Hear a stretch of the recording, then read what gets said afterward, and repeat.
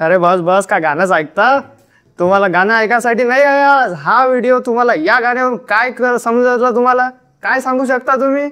टिकटिक वाजते डोक्यात, धडधड धडधड नाही करायची धडधड. आपल्याला बघायचा आहे टाइम. काय बघायचं आपल्याला? टाइम. टाइम बघायचा आहे. आता सगळ्यांना सांगतो, 1 डे मध्ये किती हवर असतात? 24. आता हे झालं पूर्ण टाइमचा कॉन्सेप्ट.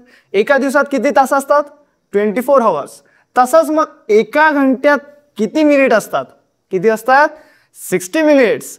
60 मिनिट्स. तर एका मिनिटमध्ये किती असतो? 60 सेकंड्स. किती असतो? 60 सेकंड्स. आणि एका सेकंडमध्ये किती मिली सेकंड असतात? 1000 मिली सेकंड.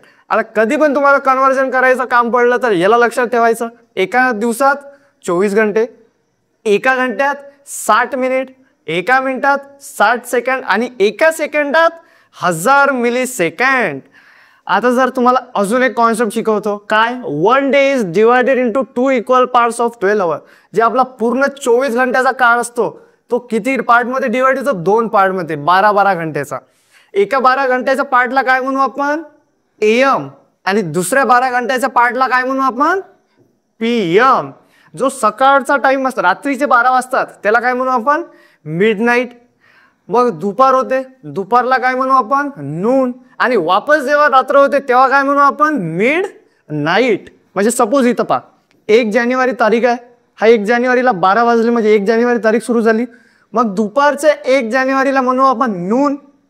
आणि मग याच 1 जानेवारीच्या रात्रीला जेव्हा मिड नाईट 12 वाजतील तेव्हा काय होऊन जाईल? ते 2 जानेवारी. म्हणजे हे 12-12 घंट्याच्या गॅपनी टाइम काय करतो आपण? 24 घंट्याचा डिवाइड करतो.